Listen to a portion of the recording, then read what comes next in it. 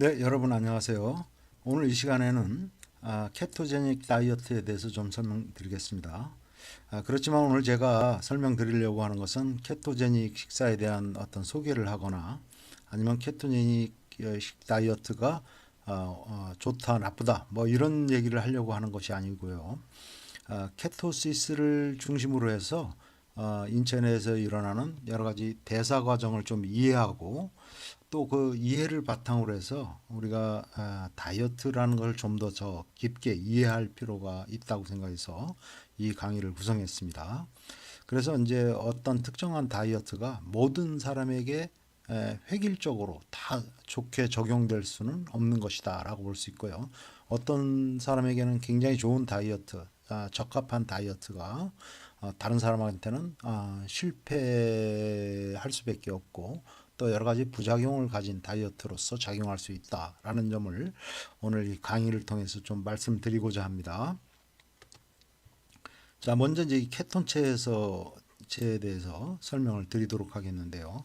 이 케톤체가 이제 생성되는 과정을 이 그림을 통해서 제가 열심히 잘 그려봤습니다. 그래서 이제 이 과정을 설명드리도록 하겠는데요. 우선 이제 이 그림은 간에서 이루어지는 탄수화물과 지방의 대사를 설명드린 것입니다.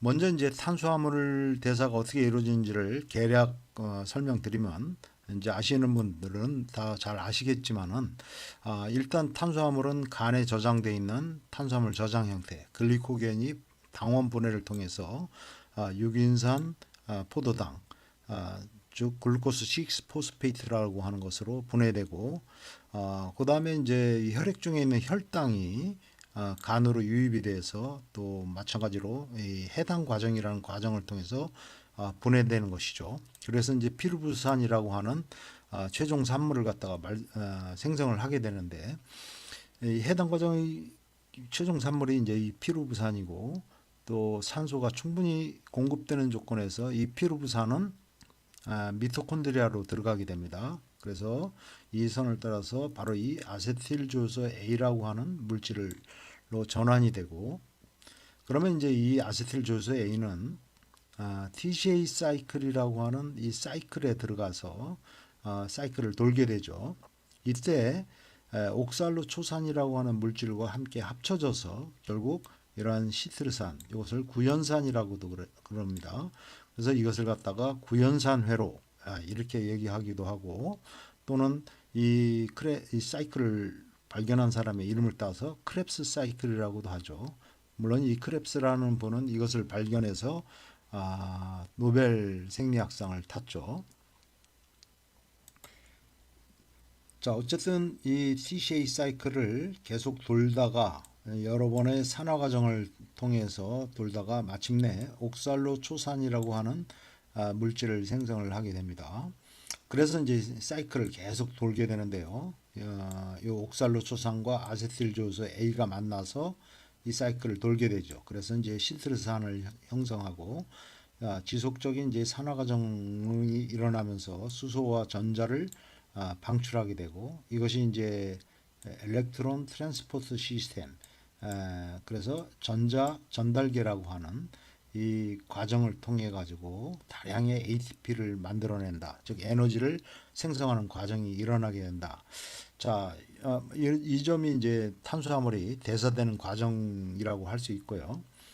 또 한편 이제 지질이 대사되는 과정을 설명드리면 혈액 중에서 들어온 이제 유리지방산, 이 유리지방산은 이제 연소될 때 베타 산화 과정이라는 과정을 거치게 되죠.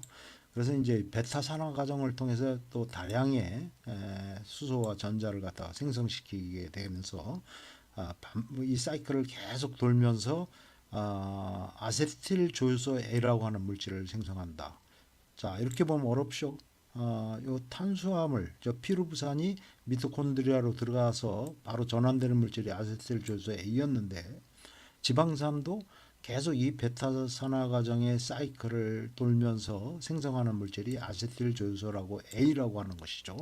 결국 이 아세틸조소 A라고 하는 물질을 생성하면서 공통회로 TCA와 그다음에 전자 전달계라고 하는 이 공통 회로를 갖다가 돌게 된다는 것을 우리가 알 수 있습니다. 자, 그런데 우리가 이제 저탄수화물 식이와 고지방 식이를 한다. 저탄고지 식이를 했을 때 이 케톤체가 많이 발생하는 이유는 결국은 이제 이런 식사를 하게 되면 혈당이 굉장히 떨어지게 되죠. 혈당이 계속 이렇게 떨어지게 되면은 어떤 일이 벌어지냐 하면은 간에서는 당 신생 과정이 활발하게 일어납니다. 예를 들어서 뭐 이제 이 젖산 같은 물질도 운동 의 결과 발생하는 이 젖산이죠. 무산소적인 대사 결과 혈액을 통해서 이제 간으로 보내지게 되면 이게 피로 부산을 거쳐서 해당 과정의 역방향을 통해서 다시 포도당을 형성시키는 바로 이런 과정을 갖다가 겪게 된다고 하는 것이죠. 그래서 이런 과정을 이제 당 신생 과정이라고 할 수 있는데 문제는 이제 요 크랩스 사이클의 마지막 그 산화 과정에서 발생하는 옥살로 초산이라고 하는 이 물질도 당 신생을 위해서 아주 잘 사용되는 물질이라고 하는 것입니다. 그래서 혈당이 떨어지게 되면 당을 다시 만들어서 이것을 혈액으로 밖으로 다시 내보내서 혈당을 다시 높이는 그런 그 간의 기능이 활성화되는 거죠. 그 당 신생 과정이 이렇게 활성화되게 되는데 이때 이 옥살로 초산을 재료로 이용을 하게 해서 당을 새롭게 만드는 과정이 굉장히 활발하게 일어난다고 하는 것입니다. 근데 문제는 이렇게 그 혈당이 떨어지게 되면은 이 옥살로 초산을 가져다가 당 신생에 쓰게 되니까 TCA 사이클이 더 속도가 느려지게 됩니다. 즉 옥살로 초산이 모질라니까 요거랑 아세틸조소랑 합쳐져서 시트르산을 형성하고 계속해서 사이클을 돌아야 되는데 옥살로 초산이 가버렸어요. 당 신생을 위해서 사용돼 버렸단 말이죠. 그러면 점점 이제 TCA 사이클이 돌아가는 속도가 느려지는 그런 상황이 벌어지게 된다는 것이죠. 한편으로는 이제 식사는 고지방 식사를 하니까 지방이 연료로 사용되는 비율은 굉장히 높아지게 됩니다. 그래서 이 지방산이 베타 산화 과정을 도는 것이 굉장히 빨라지게 되죠. 이 베타 산화 과정은 계속해서 빨라지게 되는데 그래서 이제 다량의 아세틸 조효소 A를 갖다가 생성하는데 이 아세틸 조효소 A가 크랩스 사이클, 즉 TCA 사이클로 제대로 들어가지 못하니까 결국 이 아세틸 조효소는 어떤 상황이 되느냐? 케톤체라고 하는 이런 물질을 갖다가 지질의 중간 산물을 생성하게 되더라 이 얘기입니다. 물론 이제 간에서는 이 아세틸 조효소 A를 뭐 안정 상태 뭐 이런 상태에서는 뭐랄까요 다시 중성 지방을 합성하기도 하죠. 그런데 요 케톤체를 바로 이런 상황에서 굉장히 많이 생성시키게 되는 것이고 그러면 이제 이 케톤체가 혈액 밖으로 나와서 소위 이제 케톤체가 혈액 중에 농도가 높아지는 케토시스 그런 상황이 일어나게 된다. 이렇게 말씀드릴 수 있습니다. 그래서 지질은 탄수화물의 화염 속에 탄다 이런 얘기가 있습니다. 즉, 요 TCA 사이클이 이제 결국 막 돌아가는 것은 당 대사가 활발하게 일어날 때 이제 사이클이 막 돌아가는데 이렇게 이제 당이 모질라서 옥살로 추산이 이사가 버리게 되면은 지질도 제대로 연소가 안 되고 그래서 케톤체라고 하는 지질의 중간 산물이 많이 생성된다고 하는 것입니다. 자, 이렇게 케톤체가 많이 생성되는 상황은 뭐 제2형 당뇨처럼 인슐린이 매우 부족한 상태, 또 거기에다가 뭐 이렇게 운동을 수행한다. 그래서 당뇨병 환자가 식전 운동을 하지 마라 하는데 이런 거와 관련이 있습니다. 다음 슬라이드에서 또 설명을 드리도록 하고요. 또 뭐 단식 상태도 역시 혈당이 떨어지는 상황이 되죠. 이런 상황에서 이제 장시간 운동을 하는 상태. 예를 들어서 이제 간헐적 단식이나 이런 상황에서 운동을 병행할 때도 이 케톤체를 많이 생깁니다. 근데 이제 제 설명은 이것이 좋다 나쁘다 하는 얘기가 절대 아닙니다. 이것이 사람에 따라 다르게 작용할 수 있는 그런 상황이 발생하게 되고 이것이 이제 다이어트 이 과정에서 어떻게 작용하는지 우리가 이해할 필요가 있기 때문에 제가 이 그림을 새롭게 만든 것입니다. 자, 말씀드렸듯이 제1형 당뇨의 경우를 말씀드리죠. 제1형 당뇨의 경우에는 인슐린이 애당초 생산하지 못하는 그런 질병이라고 볼 수 있습니다. 근데 인슐린은 지방 조직에서 지질 동원을 억제하는 작용을 하는데 반면에 우리가 이제 운동 시에는 교감신경계가 흥분되면서 여러 이제 그 뭐랄까요 호르몬들이 분비되는데 뇌하수체로부터는 이제 성장 호르몬 같은 호르몬이 많이 분비되고요. 이자 즉 췌장의 알파 세포에서는 즉 췌장의 베타 세포에서는 이제 인슐린을 갖다가 분비하는데요. 알파 세포에서는 글루카곤을 분비합니다. 그다음에 이제 부신의 겉질 바깥쪽에서는 코티솔을 갖다가 분비하고 부신의 안쪽 부신 수질에서는 아드레날린 같은 호르몬을 분비합니다. 자, 운동 중에는 이런 호르몬들이 막 분비되면서 지질 분해를 갖다가 촉진시키게 되는 거죠. 그래서 이제 지질 분해가 돼서 나온 이 지방산을 프리 패티 애시드 해서 FFA 즉 유리 지방산이라고 합니다. 자, 이런 유리 지방산이 일시에 굉장히 많이 이렇게 흘러나오게 되면은 이 유리 지방산은 어디로 보내지게 되느냐? 물론 이제 이 유리 지방산은 운동하는 근육으로도 보내지게 돼서 연료로 쓰여지게 되죠. 근데 문제는 근육이 사용하는 것보다 너무나 많은 지질 분해가 한꺼번에 일어나게 되면 일시적으로 일어나게 되면 이것을 이제 테이크업하는 기관이 우리 이제 그 화학 공장이라고 할 수 있는 간이라고 볼 수 있죠. 이 간으로 다 들어갑니다. 이 유리지방산이. 그래서 이 간으로 들어온 유리지방산은 아까 설명드린 그런 대사 과정을 통해서 상당히 많은 그 케톤체를 갖다가 생성하게 되는 것이죠. 그래서 이런 케톤체가 베타 하이드록시 뷰티레이트, 또 아세테이트, 또 아세톤 이런 것들을 케톤체라고 할 수 있는데 이런 것들이 이제 혈액 중에 많이 쌓이게 되면 이것을 케토시스라고 합니다. 케톤 혈증이라고 하죠. 이것 자체가 문제가 되기보다는 이 케토시스가 또 이제 제대로 체내에서 처리되지 않으면 더욱더 케톤이 쌓이면서 혈액을 산성화시키고 그로 인해서 나타나는 케토아시도시스라고 하는 현상을 나타나게 됩니다. 이렇게 되면 이제 혈액도 매우 산성화되고 여러 가지 이제 케토프루라고 하는 증세도 더 심각해지게 되고 그 다음에 여러 가지 인체가 무기력증이라든가 두통이라든가 뭐 이런 현기증이라든가 이런 거에 이제 시달리게 되는 것이죠. 그 다음에 아주 이게 심했을 때는 뭐 혼수 상태에 빠질 수도 있습니다. 그래서 과거에는 당뇨병 환자에게 극도로 이 탄수화물이 원인이다 해서 탄수화물 제한식을 했더니 바로 이런 당뇨병성 케톤 산혈증으로 많이 죽더라는 것이죠. 물론 이제 오래전 과거의 이야기입니다만은 이런 상황이었다라는 점을 이해할 필요가 있습니다. 자, 그래서 또 한 가지 이 케톤체가 많이 발생하는 상황이 이제 저탄수화물식이나 단식 같은 것을 하게 되면 혈당이 굉장히 떨어지게 되죠. 혈당이 이렇게 굉장히 떨어지게 되면 여기서 이제 뭐랄까요? 인슐린의 분비가 제대로 농도가 낮아지게 되죠. 한편 이제 코티솔이나 아드레날린 같은 호르몬이 많이 이렇게 분비가 되면 뭐 운동의 결과 이게 이렇게 많이 분비될 수 있습니다.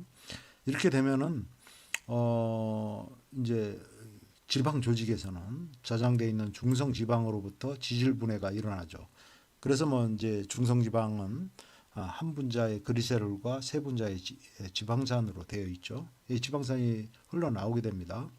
그래서 이제 이런 유리지방산으로 이 돼서 혈액 중으로 이제 흘러나오게 되는데 이 유리지방산은 뭐 혈액 중에는 이제 알부민 뭐 이거와 이제 결합된 형태로 근육으로도 보내져서 연료로 막 사용되게 됩니다.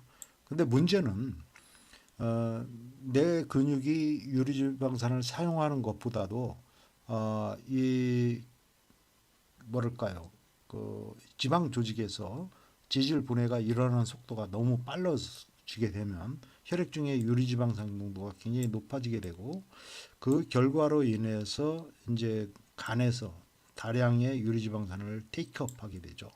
그래서 말씀드린 그런 대사 과정을 통해서 다량의 이제 케톤체가 발생을 하면서 이 케톤체가 혈액 중으로 이렇게 흘러나오게 돼서 그 케토시스, 즉 케톤 혈증을 갖다가 유발하게 되는 것이죠.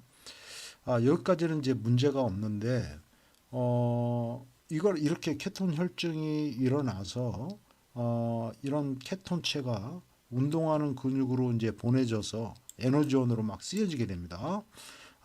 근육이 이 케톤체를 잘 에너지원으로 이용해서 뭐 이렇게 사용하는 능력을 갖고 있다면 굉장히 좋은 일이죠. 그 다음에 이제 이 케톤체가 더더구나 우리 뇌에서 원래는 이 혈당만을 원래 이 조건에서는 에너지원으로 쓰지만 이런 상황에서는 케톤체도 이제 에너지원으로 막 이용하는 그런 상황이 벌어지게 되죠. 자, 이런 상황은 상당히 좋은 상황이다. 이런 상황을 통해서 결국은 인슐린 저항성도 낮아지고 그래서 인슐린 센시티비티, 인슐린에 대한 민감도가 굉장히 높아질 수 있다고 하는 것입니다. 자, 이렇게 함으로써 인슐린 저항성도 개선이 되고 한편으로는 팻 버닝이 일어나서 지방을 잘 이제 연소시키게 되는 것이죠.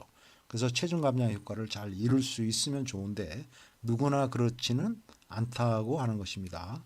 그래서 이런 상황이 벌어져서 케톤체가 근육이 잘 사용할 수 있는 능력이 없어요. 잘 사용하지 못한다 이거죠.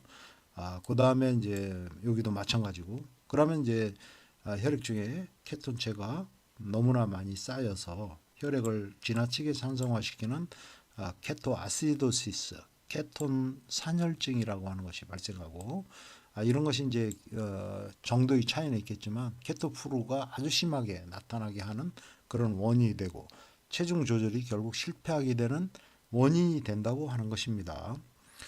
그렇기 때문에 이것은 굉장히 그 사람의 신체적 적성 수준 또 그 사람의 여러 가지 유전적 요인 이런 것과 굉장히 관련이 있다고 생각이 듭니다.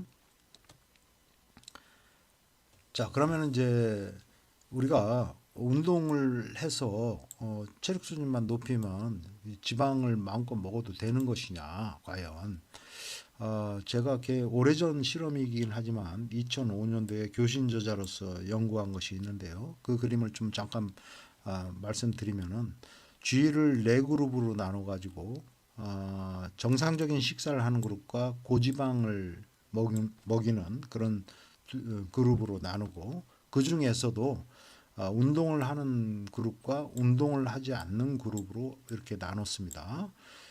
그래서 총 네 그룹이 되는 것이죠. 이렇게 했을 때 가장 이 혈액 프로파일이 좋게 나오는 것은 역시 정상적인 식사를 하면서 운동도 병행하는 그룹은 HDL이라고 하는 콜레스테롤, HDL 콜레스테롤 수준은 좋은 콜레스테롤이라고 하는데 이것도 가장 높고 그 다음에 LDL 이건 나쁜 콜레스테롤이라고 알려져 있는데 LDL 콜레스테롤은 상대적으로 가장 낮은 걸 보입니다. 또 렙틴 수준도 굉장히 낮아서 이게 이제 렙틴 저항성이 낮아졌다는 걸로 표현하는데 그만큼 렙틴에 대한 반응성이 굉장히 좋아진다고 볼 수 있습니다. 자, 그래서 이제 이러한 측면에서 정상 식이를 하면서 운동하는 그룹이 물론 당연히 좋은데 요 고지방 식이를 하면서 가장 나쁜 것은 이제 운동도 하지 않는 그룹이죠. 그래서 이 경우에는 HDL도 가장 낮고 LDL은 굉장히 높아서 이렇게 되면 이제 혈관계 건강도 문제가 되는 것이고 또 이 고지방 식사를 하면서 운동도 하지 않았더니 이런 이 렙틴 저항성이 굉장히 크게 나타나는 것을 볼 수가 있습니다. 그런데 이 고지방 식이군을 운동을 시켰더니 상당히 좀 개선되는 성향이 나타나요. HDL 수준도 높아지고 LDL 수준은 낮아지고 렙틴 수준도 이제 낮아지는 이런 이제 개선되는 현상이 나타나는데 즉 고지방 식이로 인한 폐해를 어느 정도 운동은 막아주고 개선하는 효과를 우리가 기대할 수 있습니다. 그러나 이 그룹과 아예 운동을 안 하지만은 그래도 정상적인 식사를 하는 그룹과를 비교를 해보면 HDL이 어떻습니까? 오히려 운동하는 그룹보다 더 높습니다. 그 다음에 LDL 수준도 더 낮고 렙틴 수준은 뭐 큰 차이는 없지만 어쨌든 이런 그 차이를 보인다고 하는 것이죠. 그래서 마치 운동을 하면 뭐 어떻게 먹어도 상관이 없다 이렇게 생각하는 경우가 굉장히 많이 있는데 그건 굉장히 잘못된 생각이다라는 점이고요. 그렇기 때문에 이게 운동은 그렇지만은 한 가지 우리가 알아야 될 것은 이런 혈중 프로파일도 개선하지만 특히 이 렙틴의 저항성을 낮추는데 매우 효과적인 방법이 된다는 것을 우리가 알 수가 있고 이건 이제 오래전 실험에 동물을 대상으로 한 실험이지만 인체를 대상으로 한 실험도 뭐 많이 이런 것들을 갖다가 증명하고 있다. 이렇게 말씀드릴 수 있습니다. 또 한 가지 너무 과도한 포화지방을 먹는데 따른 문제점은 어떤 것이냐. 즉 탄수화물은 적게 먹어서 혈당은 자꾸 떨어지는데 지방만 많이 먹으면 단순히 우리가 뭐 인슐린 저항성을 일시적으로 개선하고 뭐 이런 과정을 뭐 저탄 고지를 통해서 거둘 수 있다. 뭐 이렇게 주장하는 연구도 있고 그렇게 주장하는 학자들도 있는데 굉장히 잘못된 거라고 생각합니다. 저도 이제 좀 실험을 이런 쪽으로 했는데 뇌에서 BBB라고 합니다. Blood Brain Barrier라고 하는데 혈액 뇌 관문이라고 하는 것은 특수한 구조를 이루고 있는 그 세동맥 그 벽, 상피세포에서 이 지엘리트라고 하는 글루코스를 운반하는 운반체 단백질이죠. 이것이 이제 활성도가 떨어지면 인슐린 저항성이 커진다고 볼 수 있는데 그런데 가장 중요한 작용을 하는 단백질이라고 할 수 있습니다. 그래서 뭐 근육에서는 GLT4가 주로 작용하고 뇌에서 발견된 것은 GLT1이 주로 작용한다고 볼 수 있는데 이 GLT1의 감소가 초래되더라. 즉 과도한 포화지방산을 먹었더니 뇌에서 당을 받아들이는 능력이 자꾸 떨어지더라. 그럼 뇌에서는 어떻게 할까요? 혈당을 어떻게든 더 높여서 더 많은 혈당을 사용하려고 그렇게 반응을 보이게 됩니다. 그렇게 하기 위한 반응으로서 혈당을 높이기 위한 반응으로서 다른 조직 세포, 이 뇌는 일종의 이제 헤드쿼터다. 그런데 이것을 갖다가 살리기 위해서 다른 조직을 좀 희생시키죠. 그래서 이제 다른 조직에 혈당이 들어가는 것을 막는, 방해하는 그런 그 작용이 일어나게 되는데, 그래서 이제 혈당이 제대로 들어가지 못하는 인슐린 저항성을 초래한다고 하는 것입니다. 그렇게 해서 이제 혈당을 높여서 상대적으로 이제 더 많은 혈당이 뇌로 유입될 수 있도록 뇌의 혈당에 대한 민감도가 떨어졌으니까 다시 혈당을 더 많이 상승시켜서 이런 혈당을 이용하려고 하는 이러한 그 반응이 일어난다고 합니다. 바로 이런 것은 이론적인 그 뭐랄까요 단계에 제시되고 있는 것이지만 실제로 뭐 이것을 주장하는 많은 그 학자들이 있다는 것이죠. 그래서 이런 것들을 selfish brain theory, 이기적인 뇌 이론이라고 그럽니다. 절대 무시할 수 있는 이론이 아니고요. 실제적으로 이런 부분을 우리가 전체적으로 고려하면서 다이어트를 생각해야 된다라는 점을 여러분에게 말씀드리고 싶습니다. 네, 끝까지 경청해 주셔서 대단히 감사합니다.